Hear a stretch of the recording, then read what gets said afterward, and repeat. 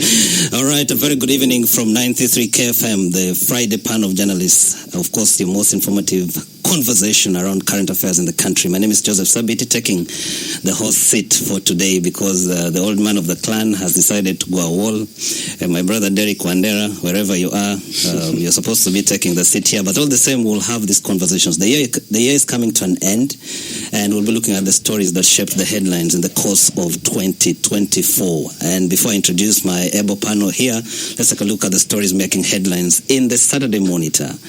All right, so the Monitor dedicates the front page to the conversation about drug resistance to infections and says new directives for pharmacies are set to come in as Uganda, ranked the second highest country in the world when it comes to antibiotics consumption, looks to stem widespread drug misuse that results in 7,000 deaths annually. So if you want to expand more on that, you get yourself a copy of the Saturday Monitor. Also inside the Saturday Monitor, Elizabeth Kamurungi writes about when Museveni pulled the rug from the PLU's feet. I see a picture of General Muhoozi and some of his ardent supporters there. But also the Saturday Monitor reports about the fate of the Christmas carols at St. Paul's Namirembe.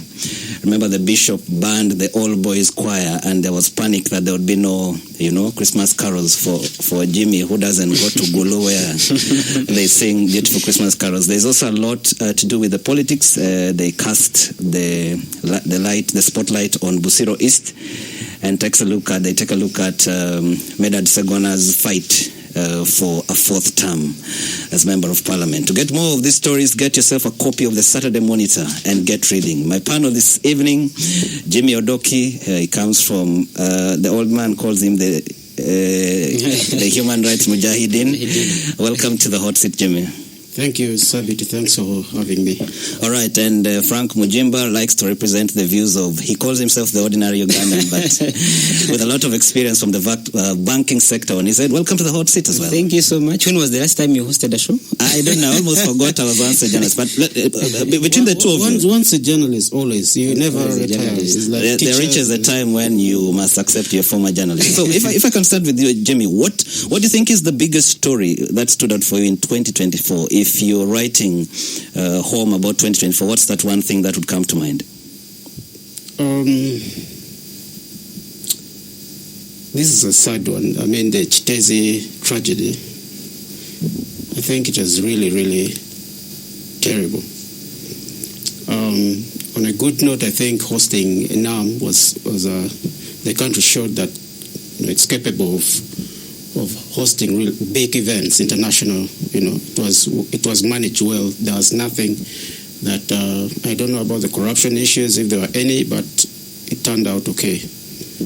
Plus G77 plus China, after that, and all the Commonwealth things that you did, you are leading in Parliament, the Speaker's meeting. So those they're really good. Okay. Yeah. Frank, what let me also add the election of Semakade as president of Uganda Law Society. There's a lot of buzz, and he's actually doing what he campaigned about. I think it was one of the biggest stories, the election of bang the table of the president. So are you also supporting banging the tables? Yeah. I think he's doing a decent job. Yeah. Okay. So, Frank, what stands out for you in 2024? What would you write home about as we go for Christmas? Thank you, Sabit. Of course, a number of things that have shaped this year. But for me, I think I will start with first of all the latest incident that happened in Kenya. I think for me it was one of those big stories. You see, let me tell you something. Yes, you can have good ideas as a country. You can come up with parish development model. You can come with all sorts of ideas. But as long as your country is insecure, you are doing this. I don't think that such good ideas can exist in countries that are being ravaged by war, in Sudan or even in Palestine. So for me, I really would want to, this was like a wake-up call, or I would want to recommend the security forces of this country for combating what maybe would have come out as what should I call it, as something that is bad to our country.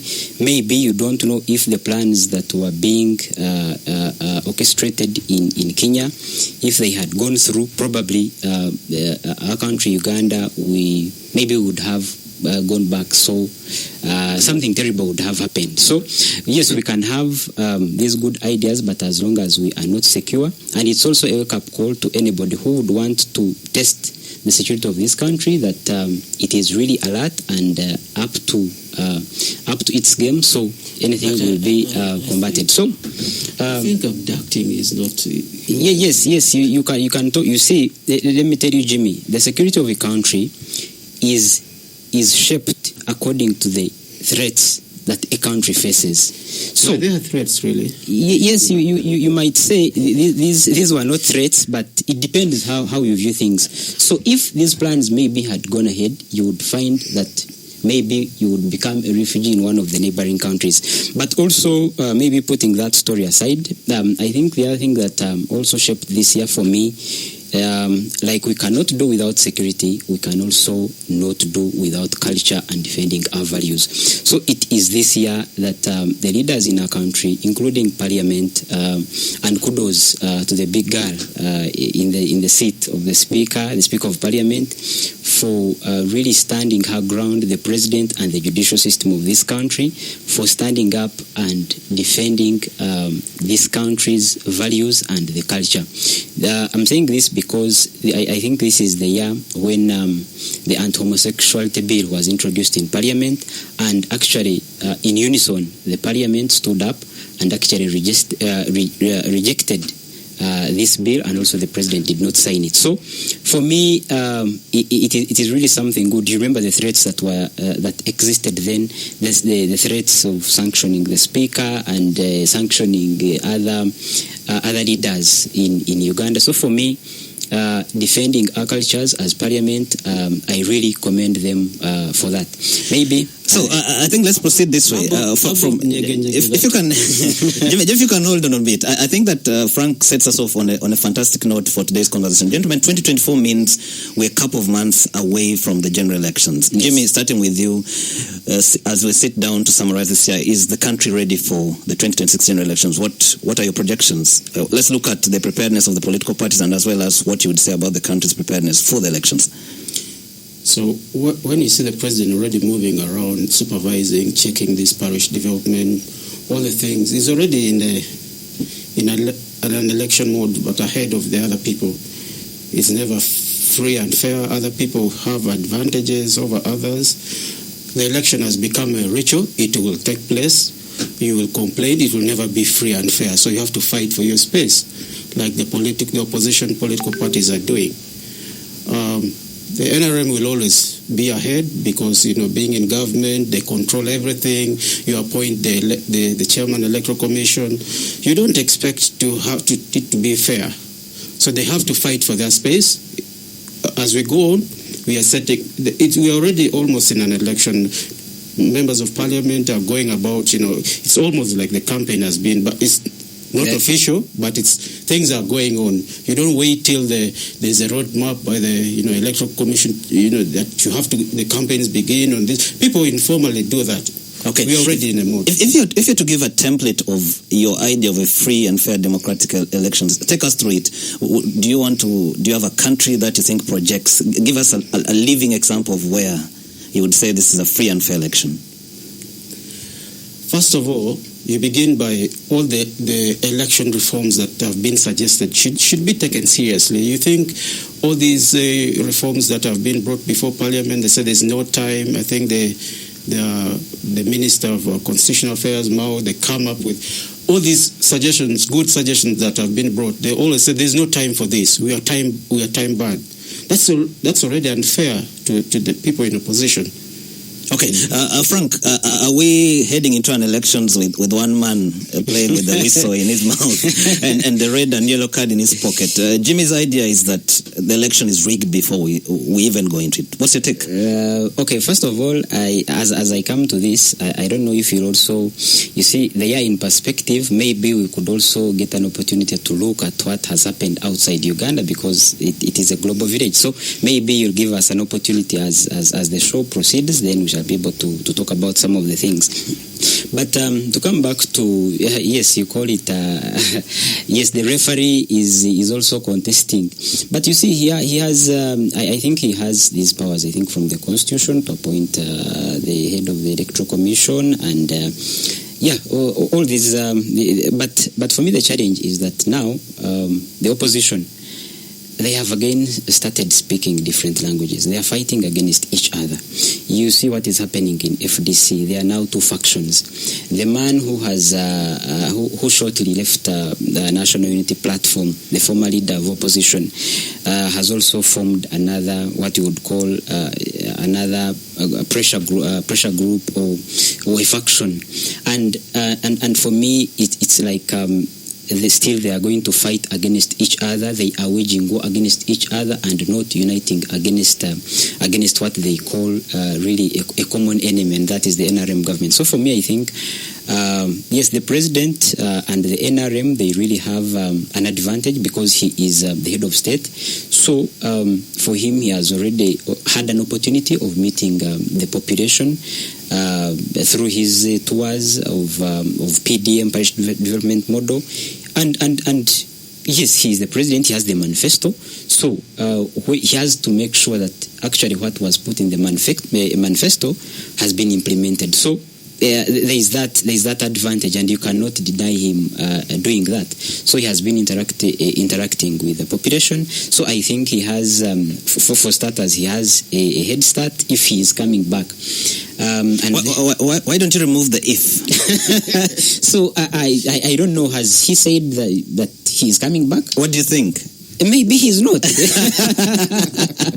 Have you heard about something called future impossible tense? That's what you're insinuating. But go ahead, yes. But you see, the man is aging, and really, you can't tell. You can't tell what is going to happen tomorrow. We could wake up and he announces that maybe he's not going to contest, and maybe the NRM party has appointed someone who is going to be a flag bearer. So they say that a day in politics is really long. So I think the NRM really has an advantage given the position that it has, but also it picks the advantage from the bickering in the opposition who have failed to unite. Before I think we'll dedicate a minute or two to talk about the preparedness of the opposition. Okay. But are you making a concession that this system, gives the NRM a head start? The opposition cannot therefore favorably compete in our political environment. Is that your point? The system of the nature of elections that we have, because yes, like I said, the president has this advantage. The ideal election is that the playing field is fair, the referee is fair, and then you go and tackle the ball. It depends what you really call fairness. I really don't understand what you call fair. You see, for the most opposition here in Uganda, what they consider as fairness is when the incumbent loses. All right, hold the thought. Let's go for a quick break. When we come back, we'll continue the conversation. The hottest debate on all relevant topics, live on KFM's Hot Seat tonight. KFM's Hot Seat. All right, welcome back from the break. My name is Joseph Sabiti, sitting in for the old man of a clan on the KFM Hot Seat tonight, looking at the stories that shaped the headlines in the year 2024. By the time we took the break, we're having a conversation. We are applying a democracymeter on the state of affairs in our country. Frank, yes, we took the break when you were still concluding your thoughts. Yeah, so when we talk about the system that we really have in Uganda, first of all, I think it is a disadvantage to the opposition and an advantage to the sitting government. Now, this is the reason as to why. If you go to countries, let's say Israel, talk about what has just happened in South Africa, the ANC is in a coalition with some other political parties. So the system that we have here in Uganda is really challenging, and this system is called winner take it all, where the opposition do not have what you would call an influence or a say in the running of the country. So I think, first of all, if we really need to progress, and honestly, I think this can come post President Museveni. I don't think anything short of that system can really change when President Museveni is still around, for reasons I might not be at liberty to say here. So I think that we I was about to ask, why is that? Why are you not at liberty to say it? Joseph is guaranteeing my security. I can't guarantee my own. So I think that the system is really not an advantage to the opposition. I think we should spend much of the time planning for post-President Museveni. How shall we be able to run this country? Oh, then secondly, the other thing, because post-Museveni, if we can be able to formulated by Honorable Matthias Mpuga, I thought maybe it would come in to mediate and talk to all political parties that fall on the opposition to be able to negotiate with government to see how some of these people because for me, I think that what you would want implemented are the ideas that you have as a leader. So, okay. So if some of these leaders are actually appointed in government, they're given positions in government, they could be able to contribute something to the country, as opposed to trying to forcefully grabbing power from the sitting government. I don't think it can ever happen. All right.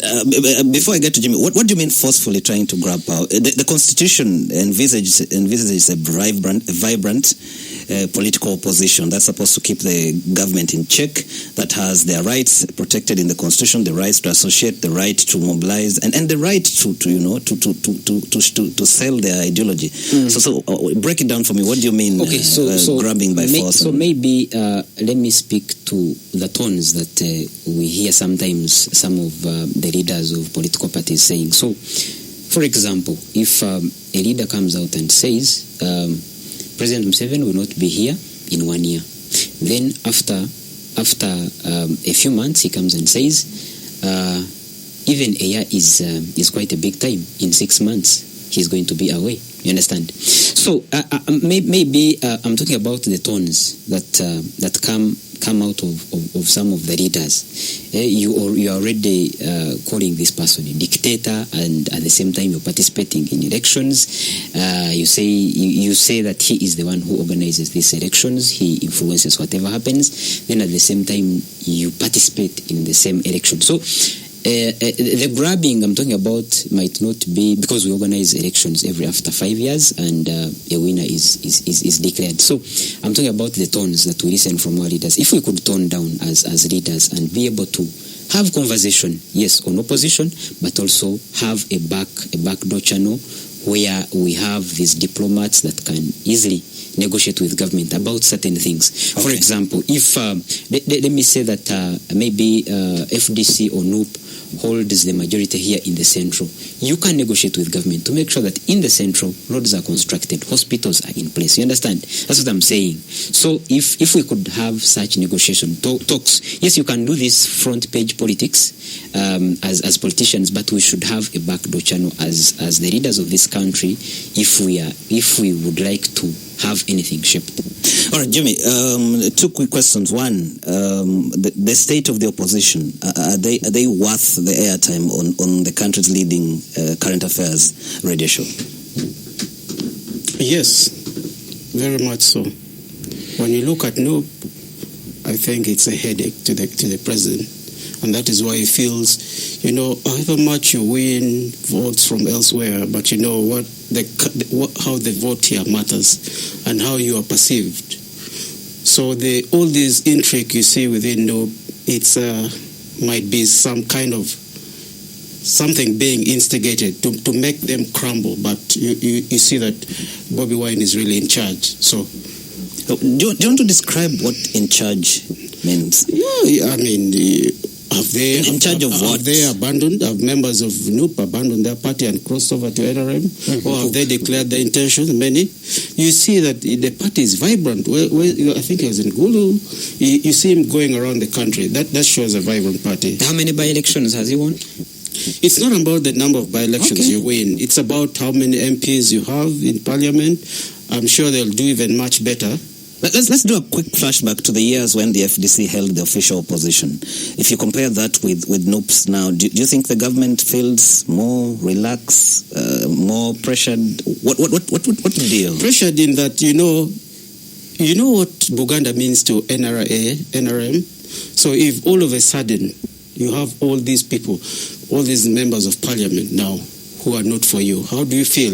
You might still have the numbers, but you'll never be, you never feel secure because you feel that admiration, Luero, where the war was fought from, Nakasongo. The maker of the liberation, yes. That is why this time they did that, they took that big function where in Nakasongo, like to try to, we are still around, we are for you here, but, Bobi Wine, Noob doesn't have to struggle in Buganda.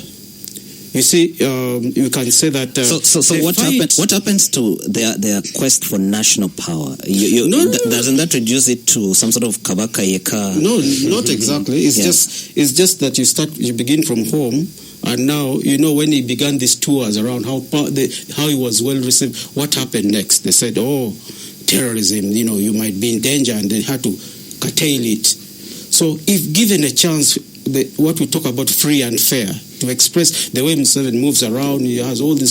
If the other parties were freely, canvassing, sharing their messages out, you see, Jimmy, the NRM would be really threatened. It's now that they control. If they see that you're becoming more popular, if you're going out, they come out with, hey, this policeman says, there's likely to be a terrorist attack in this area, so don't go this way. It's that kind of, but the popularity, the goodwill from people towards the opposition is there. Not only NUP, but also FDC. I wanted just to say a word about the FDC. No. After General Muntu walked away with... Just hold it. If I can phrase my question. General Muntu walked away with a chunk of the party, founded the ANT. Before he was called the Mole, and then Dr. Besigye and team have also moved with another chunk. So Patrick Amuri Atoboy and the Honorable Nana Lamafabi are battling claims of having eaten. They haven't eaten. It's all NRM 7, giving money. The dirty money, as it's been called, to cause fractures in the party, so he weakens it. But why? What was the expectation that President Museveni would sit and clap and allow the opposition? One wise man knew what was going on, and that is why he's in Luzira prison now. He knew what was happening. One wise man said, "We cannot take this." So when he realizes that you have known his tactic, then where is he now? That's why he was picked because he does not. He wants to know whatever you're doing. If you're coming up with a plan that he doesn't understand, that party in Katonga is very powerful. They said, let us get the brain, the brain behind this Katonga and put him in prison. Frank, hold your thought. Do you want to say a word about the Uganda People's Congress and the Democratic Party and Justice Forum? All these parties, when you look, the UPC is very vibrant. The Uganda People's Congress, very vibrant. We have Joseph Ochieng moves around. You have the one who moves. You see, wait. First, say that again. UPC is very vibrant. Let's go like. Yes. There's a case in court. Up to now, they're not declaring because they know who is the actual president of UPC. The one who is an alliance with the Museveni. Is forceful. The de facto. is not actual. But you know who the president is. They cannot make the ruling. Jimmy Akena. No, the president is Joseph Ochieng. You're speaking in anticipation for the court. Not anticipation. We know. You said but the case is still in court. Do you know that here, even the judiciary, the powers of this... When I keep saying about Honorable Betty Kami, I used to say the president is too powerful. We have to... Even the judiciary, why do you think that the president of Uganda Law Society said, oh, the president just consults this attorney general? Not even you might think there's a chief justice. All right, fair enough. Frank, you wanted to make a rebuttal to Jimmy's views quickly. Yes. I just wanted to highlight some of the things he says. He says the opposition has to, first of all, concentrate and what should I call it? Take home central Uganda, and he talks about NUP. So first of all, NUP and now the new faction that has been created by Honorable Mathias Mpuga, I don't think that Bobby Wine and Noop are going to have the same number of votes that they had in Uganda, because as a matter of fact, also Mpuga commands some respect in the areas of Masaka. So you see now the command was because of Bobby Wine of Noop. Now that is away from Noop, Bobby Wine, do you think you have that kind of command? You may want to state that Mathias Mpuga was in Parliament for 10 years before he met Bobby Wine. Well, there is a wave that comes. Whether you are there, if a man comes with a wave, like Noop came with a wave, it doesn't matter. Do you know where the Kingdom of Uganda stands? All right, gentlemen, let's take a quick break. When we come back, I want us to have a conversation on what we should do with the proposals of Mathias Mpuga, to dustbin it or have a conversation about it. But also, too, there's one man called the Honorable Norbert Mao. He made a lot of promises to this country as the year was starting. Where should we put him, in the dustbin or the conversation? All that after the break.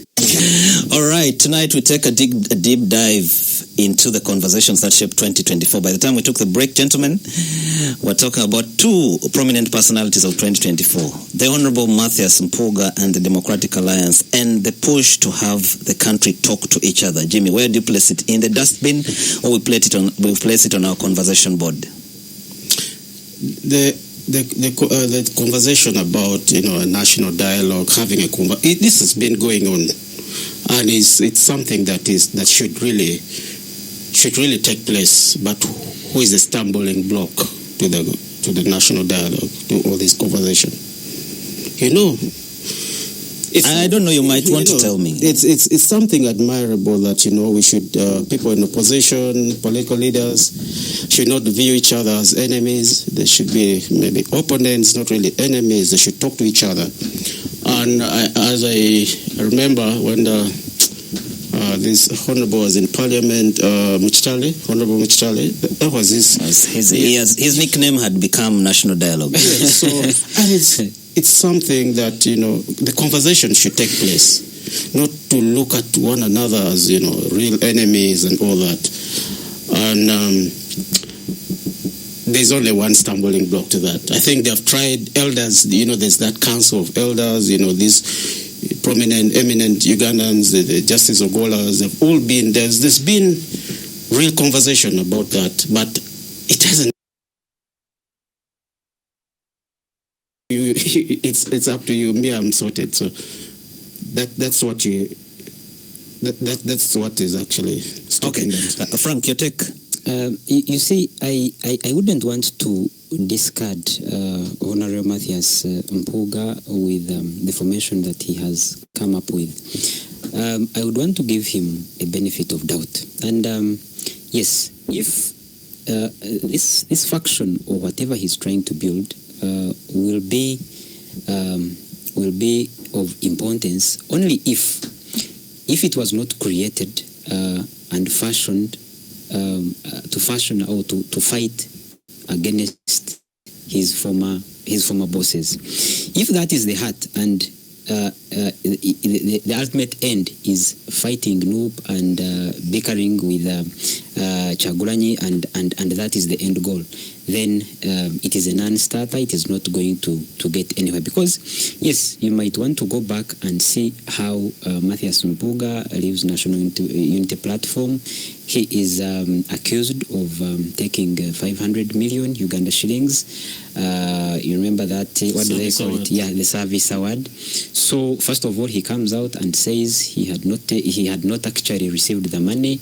Then eventually Parliament comes out through its spokesperson, comes out and says actually this money was taken. So it looked like Noop wanted to really drag Mpuga in the mud, and maybe he would have lost his constituency in the next elections if he had admitted and stayed. So if it is in such a heart that he comes out of Noop and then decides to form a political party in order to retain his constituency or to fight against Noop, then his faction is really not going to get us anywhere. But if they can stretch their goals, they can stretch their goals and objectives and make sure that actually, instead of making national unity, I know they're radicals. It's sometimes NUP and diplomacy or such sweet talks might not fit in the same statement. But if you could try to form this party and try to build a communication channel between all opposition political parties, I think that could assist. Because if Frank, is that a realistic? Let's examine the facts. Okay. Mathias Mpuga cannot talk to his party leader and other people in the NUP. Okay. Dr. Besigye, Arias Lukwago, Proskovia Salam Musumba cannot talk to Patrick Amuri Atuboy and Nandala Mafabi, people with whom they founded a party, built their ideologies, worked together. Why do you say they cannot? Because it is out there. They are talking to each other through press conferences. Just hold it. That they can't sit in the same room. One is accusing the other of being in possession of dirty money. One is accusing the other of this. So how, if we cannot resolve those simple internal contradictions, then how are we going to talk to the rest of the country? The thing that's what I'm trying to look at. Yes, it might not be Mpuga as such. Because if the opposition remains as divided as it is, regardless of how many political parties or factions that you create, you cannot do anything against the government of President Museveni. So that's why I'm saying, if there could be, what should I call it? If there could be something that is really new, where maybe someone can mediate these people. You understand? Do you want to put a name to this someone acronym? Yes. Let me just give an example of maybe the category of Uganda, or even the Uganda Kingdom. If someone could come out of the Uganda Kingdom and try to sit these two, these two, Mathias Mpuga and Chagulanyi, I think the talks, it's really something that is possible. But as long as, yes, NUP takes Uganda, then what is this new political part of Besigye, PFF, maybe takes Rukunjiri and some part of Western Uganda, then you have UPC maybe taking some part in Northern Uganda. So you will still have small scattered votes in different regions. So if these people could sit on a round table and organize and have maybe, let's say, one person, you understand, to lead them, so that if they could maybe Uganda and then some part of Eastern Uganda could come under NUP, maybe he has the biggest whatever, if he could take up the leadership of the opposition, then I think somehow they would get something out of, but still it will be minimal. I don't think. So, all right, Jimmy, Ladit Norbert Mao made a lot of promises, pledges to this beautiful country, and where should we place him as 2024 ends? Dustbin or on the discussion board? You know where Norbert Mao is now is collective responsibility. So initially as a DP, president of DP, you could make all these suggestions, but now they have a partnership. And so you can have all these good ideas, and then the other man just says, this one doesn't work, or he just ignores totally. Is he brain trapped? Is that the point you're making? For clarity. What can he do, really? In the end, it's about himself. You see, where you and I come from, a man is held to his word. You don't make promises that you can't deliver. He promised this country conversation about transition. Well, he will come and clarify that, when I went there, I had these good intentions. But when I go to there, things don't work the way I thought they would work. So you cannot blame me because I have all these good intentions. I want this, but the system it's a system. It's a collective responsibility. So I cannot do much. I thought that originated from an agreement. Well, there are so many things. You can have an agreement. All right, gentlemen. Who has an agreement? What happens? What works? All right, we have a few minutes to go. I wanted us to touch on our outlook of the economy as we close the year. How did the economy perform? What do we talk about the livelihood of it? I'll start with the man who has a hand in the economic, Frank Mujimba. Take it away. As we end the year, what's the country's economic outlook? What are the projections for 2025? First of all, I think the economy is, I think for this year, it is stable. You see, there are some indicators that you really look at and maybe check how the economy is running, if it is actually performing in a bad way. So first of all, the first indicator could be inflation. I really don't think that, I think inflation has largely been tamed when you look at this financial year, or even in the last about 3 to 5 years, the inflation has been stable. By inflation, I mean the prices of goods changing. For example, if you went to a supermarket to buy bread today, tomorrow when you go back, or the other day, or even 1 month later, what is the difference in the price from the first time you bought and then the price today? So if the price is really almost the same or has increased by 100 shillings, so I really consider that as an indicator of a stable economy. Then you look at the rates; they have also largely been stable. I don't think there is anything that has really. So then when how about we use the language of the street people, the Bakadei like me, who what want is that to language? The Bantu Babuli Joe, the street guys, us. We want our description of a good economy is more money in our pocket, food on our tables at home, ability to take the children to hospital and be treated. You know, you educated people talk about inflation, you know, all this GDP and central bank rate and stuff. Break it down for the street guy. You see, actually, that is what it leads to. For example, let me give an example. If you're earning, let's say, 1 million, and the inflation of prices of goods really moves so quickly, you can call it hyperinflation, where inflation moves almost in a day, doubles, the price of goods doubles. So you'll find that even with your 1 million, you cannot be able to purchase or to accommodate a basket of basic goods that you need as a home. But if the inflation is stable, then that means your 1 million can still command, or it can still get you the basket of goods and services that you really want. So yes, but also the other thing, when you talk about Muntuawansi, it also depends on how you spend. For example, if the three of us here are earning, let's say, 1 million, we have different spending habits as individuals. So you might end up maybe spending on luxuries. I might end up spending on what you would call basic needs. So it depends on how actually people spend the small that they have, or even invest maybe the portion, the proportion of the savings from their incomes. For example, if you're earning 1 million, how much money do you save out of that? Or you're this person who spends a lot. So the economy for Muntuawansi, it could not so much be about inflation and these other things, but the spending habits. Hold it there, Jimmy. Your eagle-eyed look into the economic perspectives of our country. Have your take? No, I think it's still a struggling economy. Most people cannot afford basic needs. We cannot afford, like, paying, tuition, school fees is a big problem. Generally, the economy is just working for a very small percentage of So children are no longer going to school? No, what has happened? I mean, if people who are going to like UPE schools, okay.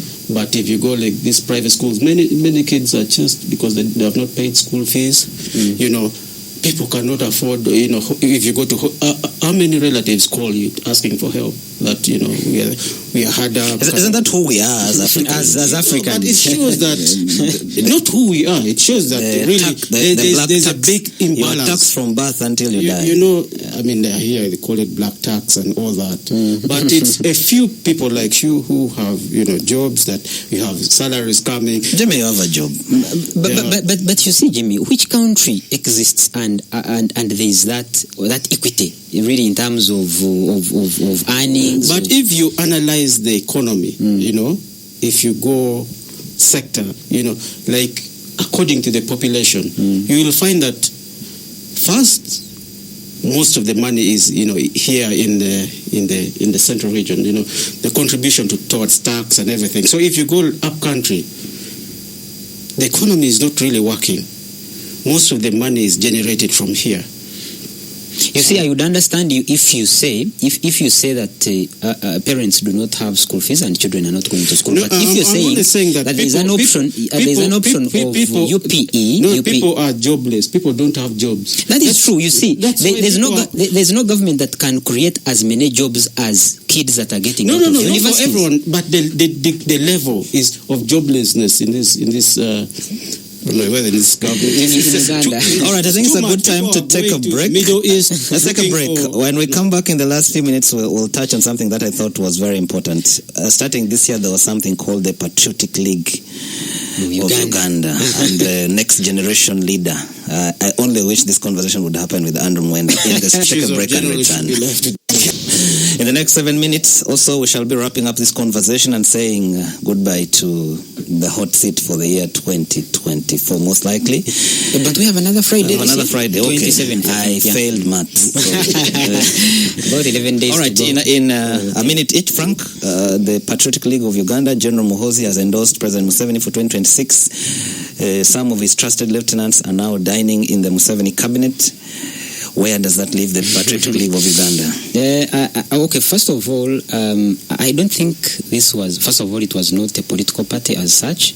It was what you would call a pressure group or something like that, a registered company. But the talk of the next leader, the generation leader, taking over from Musei and all that. But I think after long hours of maybe talk with the father or the president, I think this was...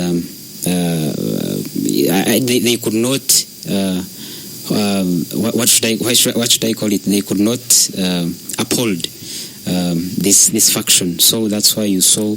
I think the president, during the appointing of ministers, he chose some that were part of this faction. A prominent one being Honorable Balam now, who was a very good mobilizer of that faction. So he pulls out some people, and I think even the owner, the chairman of that faction, I think clearly comes out to endorse another person as a president. So I think for now, maybe for the next 2 or 3 years, I don't know if it will be reawakened in maybe after 2026.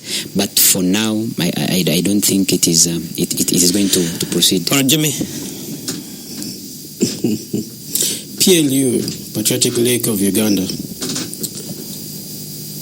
Was that appointment meant to? Was it tactical by the father to stop the son being very out there politically? So in that you can think that PLU really appointment as a CDF. No.